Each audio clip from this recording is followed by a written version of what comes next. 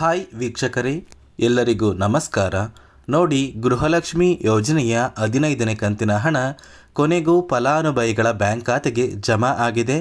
ನಾಳೆ ಮಂಗಳವಾರ ಡಿಸೆಂಬರ್ 10ರಂದು ಕರ್ನಾಟಕದ 23 ಜಿಲ್ಲೆಗಳ ಫಲಾನುಭವಿಗಳ ಬ್ಯಾಂಕ್ ಖಾತೆಗೆ ಸರ್ಕಾರ ಗೃಹಲಕ್ಷ್ಮಿ ಯೋಜನೆಯ 15ನೇ ಕಂತಿನ ಹಣನ ಜಮಾ ಮಾಡ್ತಾ ಇದ್ದು, ಕರ್ನಾಟಕದ ಯಾವ ಜಿಲ್ಲೆಗಳ ಫಲಾನುಭವಿಗಳ ಬ್ಯಾಂಕ್ ಖಾತೆಗೆ ಹಣ ಬರ್ತಾ ಇದೆ ಮತ್ತು ಗೃಹಲಕ್ಷ್ಮಿ ಯೋಜನೆಯಲ್ಲಿ ಸುಮಾರು 73,000 ಫಲಾನುಭವಿಗಳ ಬ್ಯಾಂಕ್ ಖಾತೆಗೆ ಈ 15ನೇ ಕಂತಿನ ಹಣ ಜಮಾ ಆಗ್ತಾ ಇಲ್ಲ. ಹಾಗಾದರೆ ಬನ್ನಿ ಸ್ನೇಹಿತರೆ, ಯಾವ ಕಾರಣಕ್ಕೆ ಈ 73,000 ಫಲಾನುಭವಿಗಳಿಗೆ ಹಣ ಬರ್ತಾ ಇಲ್ಲ ಮತ್ತು ನಾಳೆ ಯಾವ ಜಿಲ್ಲೆಗಳಿಗೆ ಹಣ ಜಮಾ ಆಗಲಿದೆ ಅಂತ ತಿಳ್ಕೊಳ್ಳೋಣ. ಅದಕ್ಕಿಂತ ಮೊದಲು ವಿಡಿಯೋ ನೋಡ್ತಾ ಇರುವ ಪ್ರತಿಯೊಬ್ಬರ ಹತ್ರ ಕೂಡ ಒಂದು ಚಿಕ್ಕ ರಿಕ್ವೆಸ್ಟ್ ಇದೆ. ನೋಡಿ ಸ್ನೇಹಿತರೆ, ನೀವೇನಾದ್ರೂ ಇನ್ನೂ ಕೂಡ ನನ್ನ ಚಾನಲ್ನ ಸಬ್ಸ್ಕ್ರೈಬ್ ಆಗಿಲ್ಲ ಅಂದರೆ ದಯವಿಟ್ಟು ಪ್ರತಿಯೊಬ್ಬರೂ ಚಾನಲ್ನ ಸಬ್ಸ್ಕ್ರೈಬ್ ಮಾಡ್ಕೊಳ್ಳಿ, ಹಾಗೆ ವಿಡಿಯೋಗೆ ಒಂದು ಲೈಕ್ನ ಕೊಡಿ.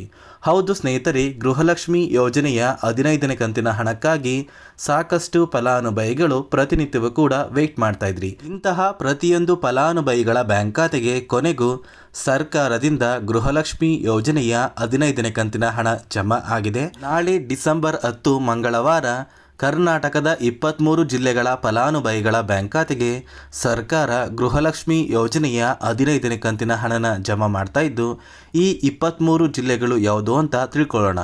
ಮೊದಲಿಗೆ ಸ್ನೇಹಿತರೆ, ಬಾಗಲಕೋಟೆ, ಬೆಂಗಳೂರು ನಗರ, ಬೆಳಗಾವಿ, ಬೆಂಗಳೂರು ಗ್ರಾಮಾಂತರ, ವಿಜಯಪುರ, ರಾಮನಗರ, ಧಾರವಾಡ, ಚಿಕ್ಕಬಳ್ಳಾಪುರ, ಗದಗ, ಚಿತ್ರದುರ್ಗ, ಹಾವೇರಿ, ದಾವಣಗೆರೆ, ಉತ್ತರ ಕನ್ನಡ, ಕೋಲಾರ, ತುಮಕೂರು, ಶಿವಮೊಗ್ಗ, ಬಳ್ಳಾರಿ, ಚಾಮರಾಜನಗರ, ಬೀದರ್, ಚಿಕ್ಕಮಗಳೂರು, ಕಲಬುರಗಿ, ದಕ್ಷಿಣ ಕನ್ನಡ, ಕೊಪ್ಪಳ, ಹಾಸನ, ರಾಯಚೂರು, ಕೊಡಗು, ಯಾದಗಿರಿ, ಮಂಡ್ಯ, ವಿಜಯನಗರ, ಮೈಸೂರು ಮತ್ತು ಉಡುಪಿ. ಈ 23 ಜಿಲ್ಲೆಗಳ ಫಲಾನುಭವಿಗಳ ಬ್ಯಾಂಕ್ ಖಾತೆಗೆ ಡಿಸೆಂಬರ್ 10 ಮಂಗಳವಾರದಿಂದ ಗೃಹಲಕ್ಷ್ಮಿ ಯೋಜನೆಯ 15ನೇ ಕಂತಿನ ಹಣ ಜಮಾ ಆಗ್ತಾ ಇದ್ದು, ಯಾರೆಲ್ಲ ಫಲಾನುಭವಿಗಳು ಸರ್ಕಾರದಿಂದ ಇಲ್ಲಿಯವರೆಗೂ ಬಂದಿರುವಂತಹ ಗೃಹಲಕ್ಷ್ಮಿ ಯೋಜನೆಯ ಒಟ್ಟು 14 ಕಂತಿನ ಹಣನ ಪಡ್ಕೊಂಡಿದ್ದೀರಾ, ಇಂತಹ ಪ್ರತಿಯೊಂದು ಫಲಾನುಭವಿಗಳ ಬ್ಯಾಂಕ್ ಖಾತೆಗೆ 15ನೇ ಕಂತಿನ ಹಣ ಡಿ.ಬಿ.ಟಿ ಮೂಲಕ ನಾಳೆಯಿಂದ ಜಮಾ ಆಗ್ತಾ ಇದೆ.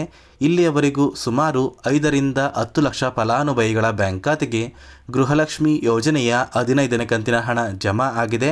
ಅದೇ ರೀತಿ ಮುಂದಿನ ಕೆಲವೇ ದಿನಗಳಲ್ಲಿ ಪ್ರತಿಯೊಂದು ಫಲಾನುಭವಿಗಳ ಬ್ಯಾಂಕ್ ಖಾತೆಗೆ ಗೃಹಲಕ್ಷ್ಮಿ ಯೋಜನೆಯ 15ನೇ ಕಂತಿನ ಹಣ ತಲುಪುತ್ತೆ ಅಂತ ಸಚಿವೆ ಲಕ್ಷ್ಮೀ ಹೆಬ್ಬಾಳ್ಕರ್ ಅವರು ಪ್ರತಿಯೊಂದು ಫಲಾನುಭವಿಗಳಿಗೆ ಒಂದು ಭರವಸೆನ ಕೊಟ್ಟಿದ್ದು, ಈ ಬಾರಿ 15ನೇ ಕಂತಿನ ಹಣ ಸುಮಾರು 73,000 ಫಲಾನುಭವಿಗಳ ಬ್ಯಾಂಕ್ ಖಾತೆಗೆ ಜಮಾ ಆಗ್ತಾ ಇಲ್ಲ ಅಂತ ಸರ್ಕಾರದಿಂದ ಒಂದು ಆದೇಶನ ಕೊಟ್ಟಿದ್ದಾರೆ. ನೋಡಿ ಸ್ನೇಹಿತರೆ, ಈ 73,000 ಫಲಾನುಭವಿಗಳ ಬ್ಯಾಂಕ್ ಖಾತೆಗೆ ಯಾವ ಕಾರಣಕ್ಕೆ ಸರ್ಕಾರ ಗೃಹಲಕ್ಷ್ಮಿ ಯೋಜನೆಯ ಹಣ ಬರ್ತಾ ಇಲ್ಲ ಅಂತ ಹೇಳ್ತಾ ಇದ್ದಾರೆ ಅಂದರೆ, ಸರ್ಕಾರ ಇತ್ತೀಚೆಗೆ ಅಷ್ಟೇ ಗೃಹಲಕ್ಷ್ಮಿ ಯೋಜನೆಯಲ್ಲಿ 5 ಹೊಸ ನಿಯಮಗಳನ್ನ ಜಾರಿಗೆ ತಂದರು. ಈ 5 ನಿಯಮದ ಆಧಾರದ ಮೇಲೆ ಪ್ರತಿಯೊಂದು ಫಲಾನುಭವಿಗಳ ಬ್ಯಾಂಕ್ ಖಾತೆಗೆ ಸರ್ಕಾರ ಗೃಹಲಕ್ಷ್ಮಿ ಯೋಜನೆಯ 15ನೇ ಕಂತಿನ ಹಣನ ಜಮಾ ಮಾಡ್ತಾ ಇದೆ. ಹಾಗಾದರೆ ಬನ್ನಿ ಸ್ನೇಹಿತರೆ, ಆ 5 ನಿಯಮಗಳು ಏನು ಅಂತ ತಿಳ್ಕೊಳ್ಳೋಣ. ಮೊದಲಿಗೆ ಸ್ನೇಹಿತರೆ, ನೋಡಿ ವೀಕ್ಷಕರೇ, ಗೃಹಲಕ್ಷ್ಮಿ ಯೋಜನೆಯ ಪ್ರತಿಯೊಂದು ಫಲಾನುಭವಿಗಳು ಮತ್ತು ಮನೆಯ ಸದಸ್ಯರು, ಈ ಒಂದು ಸದಸ್ಯರಲ್ಲಿ ಯಾರೇ ಆಗಿದ್ರೂ ಕೂಡ ಸರ್ಕಾರಿ ನೌಕರರಾಗಿ ಕಾರ್ಯನಿರ್ವಹಿಸ್ತಾ ಇದ್ದರೆ, ಇಂತಹ ಒಂದು ಕುಟುಂಬದ ಫಲಾನುಭವಿಗಳ ಬ್ಯಾಂಕ್ ಖಾತೆಗೆ ಸರ್ಕಾರ ಗೃಹಲಕ್ಷ್ಮಿ ಯೋಜನೆಯ 2,000 ಹಣ ಜಮಾ ಮಾಡ್ತಾ ಇಲ್ಲ. ಅಂದರೆ ನೀವು ಏನಾದ್ರೂ ಗೌರ್ನಮೆಂಟ್ ಜಾಬಲ್ಲಿ ಇದ್ದರೆ ಇಂತಹ ಕುಟುಂಬಕ್ಕೆ ಸರ್ಕಾರ ಗೃಹಲಕ್ಷ್ಮಿ ಯೋಜನೆಯ ಹಣನ ಸ್ಟಾಪ್ ಮಾಡ್ತಾ ಇದೆ. ಅದೇ ರೀತಿ ಎರಡನೆಯ ಒಂದು ನಿಯಮ ಬಂದು, ನೀವು ಹೊಂದಿರುವಂತಹ ಒಂದು ರೇಷನ್ ಕಾರ್ಡ್ ಇದೆಯಲ್ಲ, ಆ ಒಂದು ರೇಷನ್ ಕಾರ್ಡ್ಗೆ ನಿಮ್ಮ ಮನೆಯ ಪ್ರತಿಯೊಂದು ಸದಸ್ಯರ ಆಧಾರ್ ಕಾರ್ಡ್ನ ಕಡ್ಡಾಯವಾಗಿ ಲಿಂಕ್ ಮಾಡಿಸ್ಬೇಕು ಅಂತ ಸರ್ಕಾರ ಆದೇಶನ ಕೊಟ್ಟಿದ್ದು. ಆದರೆ ಸಾಕಷ್ಟು ಫಲಾನುಭವಿಗಳು ಇನ್ನೂ ಕೂಡ ಅವರ ಕುಟುಂಬದ ಸದಸ್ಯರ ಆಧಾರ್ ಕಾರ್ಡ್ನ ಲಿಂಕ್ ಮಾಡಿಸಿಲ್ಲ. ಅದೇ ಒಂದು ಕಾರಣಕ್ಕೆ ಸರ್ಕಾರ ಈ ಒಂದು ಫಲಾನುಭವಿಗಳ ಬ್ಯಾಂಕ್ ಖಾತೆಗೆ 2,000 ಹಣನ ಕ್ಯಾನ್ಸಲ್ ಮಾಡ್ತಾ ಇದೆ. ಮತ್ತು ಸ್ನೇಹಿತರೆ, ಮೂರನೆಯ ಒಂದು ನಿಯಮ ಬಂದು, ನೋಡಿ ವೀಕ್ಷಕರೇ, ನಿಮ್ಮ ಕುಟುಂಬದಲ್ಲಿ ಅಥವಾ ನೀವು ಸರ್ಕಾರಕ್ಕೆ ಯಾವುದೇ ರೀತಿಯ ಒಂದು ತೆರಿಗೆನ ಕಟ್ತಾ ಇದ್ದರೆ ನಿಮ್ಮ ಬ್ಯಾಂಕ್ ಖಾತೆಗೆ ಗೃಹಲಕ್ಷ್ಮಿ ಯೋಜನೆಯ 2,000 ಹಣ ಜಮಾ ಆಗೋದಿಲ್ಲ. ಯಾರೆಲ್ಲ ಸರ್ಕಾರಕ್ಕೆ ತೆರಿಗೆನ ಕಟ್ತಾ ಇದ್ದೀರಾ, ಇಂತಹ ಒಂದು ಫಲಾನುಭವಿಗಳ ಒಂದು ಹೆಸರನ್ನ ಗೃಹಲಕ್ಷ್ಮಿ ಯೋಜನೆಯ ಅರ್ಹರ ಪಟ್ಟಿಯಿಂದ ಸರ್ಕಾರ ಡಿಲೀಟ್ ಮಾಡಿದ್ದಾರೆ. ಮುಂದಿನ ದಿನಗಳಲ್ಲಿ ಈ ಫಲಾನುಭವಿಗಳಿಗೆ ಯಾವುದೇ ರೀತಿಯ ಸೌಲಭ್ಯಗಳು ಕೂಡ ಸಿಗುವುದಿಲ್ಲ ಅಂತ ಸಚಿವೆ ಲಕ್ಷ್ಮೀ ಹೆಬ್ಬಾಳ್ಕರ್ ಅವರು ತಿಳಿಸ್ಕೊಟ್ಟಿದ್ದಾರೆ. ಅದೇ ರೀತಿ ನಾಲ್ಕನೆಯ ಒಂದು ನಿಯಮ ಬಂದು ನೋಡಿ ವೀಕ್ಷಕರೇ, ನಿಮ್ಮ ಕುಟುಂಬದ ಒಟ್ಟು ವಾರ್ಷಿಕ ಆದಾಯ 7 ಲಕ್ಷಕ್ಕಿಂತ ಕಡಿಮೆ ಇರಬೇಕು. ಒಂದು ವೇಳೆ ನಿಮ್ಮ ಕುಟುಂಬದ ವಾರ್ಷಿಕ ಆದಾಯ 7 ಲಕ್ಷಕ್ಕಿಂತ ಜಾಸ್ತಿ ಇದ್ದರೆ ನಿಮ್ಮ ಬ್ಯಾಂಕ್ ಖಾತೆಗೆ ಗೃಹಲಕ್ಷ್ಮಿ ಯೋಜನೆಯ ಹಣ ಜಮಾ ಆಗೋದಿಲ್ಲ ಮತ್ತು ನೀವು ಹೊಂದಿರುವಂತಹ ಒಂದು ರೇಷನ್ ಕಾರ್ಡ್ ಏನಿದೆ, ಈ ಒಂದು ರೇಷನ್ ಕಾರ್ಡ್ನ ಸರ್ಕಾರ ಕ್ಯಾನ್ಸಲ್ ಮಾಡುವಂತಹ ಸಾಧ್ಯತೆ ತುಂಬಾ ಇದೆ. ಮತ್ತು ವೀಕ್ಷಕರೇ, 5ನೆಯ ಒಂದು ನಿಯಮ ಬಂದು ನಿಮ್ಮ ಕುಟುಂಬದಲ್ಲಿ ನಿಮ್ಮ ಕುಟುಂಬದ ಸದಸ್ಯರ ಹೆಸರಲ್ಲಿ ವೈಟ್ ಬೋರ್ಡ್ ಇರುವಂತಹ ಕಾರ್ನ ನೀವು ಹೊಂದಿದ್ರೆ ನಿಮ್ಮ ಬ್ಯಾಂಕ್ ಖಾತೆಗೆ 2,000 ಹಣನ ಜಮಾ ಮಾಡ್ತಾ ಇಲ್ಲ.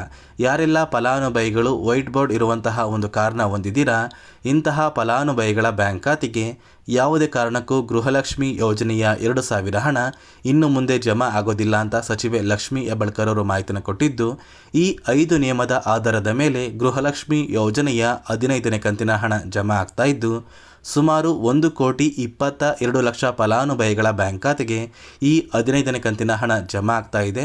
ಉಳಿದಿರುವಂತಹ 73,000 ಫಲಾನುಭವಿಗಳ ಬ್ಯಾಂಕ್ ಖಾತೆಗೆ ಈ ಹಣ ಜಮಾ ಆಗೋದಿಲ್ಲ. ಸರ್ಕಾರ ಜಾರಿಗೆ ತಂದಿರುವ ಈ 5 ನಿಯಮನ ನೀವು ಪಾಲಿಸಿದರೆ ಮಾತ್ರ ಮುಂದಿನ ದಿನಗಳಲ್ಲಿ ನಿಮ್ಮ ಬ್ಯಾಂಕ್ ಖಾತೆಗೆ ಗೃಹಲಕ್ಷ್ಮಿ ಯೋಜನೆಯ ಹಣ ಮತ್ತು ಸರ್ಕಾರದಿಂದ ಬರುವಂತಹ ಪ್ರತಿಯೊಂದು ಸೌಲಭ್ಯಗಳನ್ನ ನೀವು ಪಡ್ಕೋಬೋದು. ಅದೇ ರೀತಿ ಗೃಹಲಕ್ಷ್ಮಿ ಯೋಜನೆಯಲ್ಲಿ ಸಾಕಷ್ಟು ಫಲಾನುಭವಿಗಳಿಗೆ ಇನ್ನೂ ಕೂಡ ಪೆಂಡಿಂಗ್ ಇರುವಂತಹ ಹಣ ಜಮಾ ಆಗಿಲ್ಲ ಅಂತ ತುಂಬ ಫಲಾನುಭವಿಗಳು ಕಮೆಂಟ್ನ ಮಾಡಿ ಹೇಳ್ತಾ ಇದ್ದೀರಾ. ನೋಡಿ ವೀಕ್ಷಕರೇ, ನಿಮ್ಮ ದಾಖಲಾತಿಗಳು ಎಲ್ಲ ಸಹ ಸರಿ ಇದ್ದು ನಿಮ್ಮ ಬ್ಯಾಂಕ್ ಖಾತೆಗೆ ಪೆಂಡಿಂಗ್ ಹಣ ಜಮಾ ಆಗಿಲ್ಲ ಅಂದರೆ ಆದಷ್ಟು ಬೇಗ ಮಹಿಳಾ ಮತ್ತು ಮಕ್ಕಳ ಅಭಿವೃದ್ಧಿ ಇಲಾಖೆಗೆ ನೀವು ಭೇಟಿ ನೀಡಬೇಕಾಗುತ್ತೆ. ಯಾಕಂದರೆ ಸಾಕಷ್ಟು ಫಲಾನುಭವಿಗಳು ಈ ಒಂದು ಇಲಾಖೆಗೆ ಭೇಟಿ ನೀಡಿದ ನಂತರ ಅವರ ಬ್ಯಾಂಕ್ ಖಾತೆಗೆ ಪೆಂಡಿಂಗ್ ಇರುವ ಗೃಹಲಕ್ಷ್ಮಿ ಯೋಜನೆಯ ಹಣ ಜಮಾ ಆಗಿದೆ. ಅದೇ ಒಂದು ಕಾರಣಕ್ಕೆ ಸಾಕಷ್ಟು ಫಲಾನುಭವಿಗಳು ಪೆಂಡಿಂಗ್ ಹಣ ಬಂದಿಲ್ಲ ಅಂತ ಹೇಳ್ತಾ ಇದ್ದೀರಲ್ಲ, ಆದಷ್ಟು ಬೇಗ ನಿಮ್ಮ ಊರಿಗೆ ಹತ್ತಿರವಿರುವ ಮಹಿಳಾ ಮತ್ತು ಮಕ್ಕಳ ಅಭಿವೃದ್ಧಿ ಇಲಾಖೆಗೆ ಭೇಟಿ ನೀಡಿ ಗೃಹಲಕ್ಷ್ಮಿ ಯೋಜನೆಯ ಹಣನ ಪಡ್ಕೊಳ್ಳಿ. ಮತ್ತು ನಾಳೆ ಮಂಗಳವಾರ ಡಿಸೆಂಬರ್ 10ರಿಂದ ಗೃಹಲಕ್ಷ್ಮಿ ಯೋಜನೆಯ ಹಣ ಅಂದರೆ 15ನೇ ಕಂತಿನ ಹಣ ಪ್ರತಿಯೊಂದು ಫಲಾನುಭವಿಗಳ ಬ್ಯಾಂಕ್ ಖಾತೆಗೆ DBT ಮೂಲಕ ಸರ್ಕಾರ ಜಮಾ ಮಾಡ್ತಾ ಇದೆ.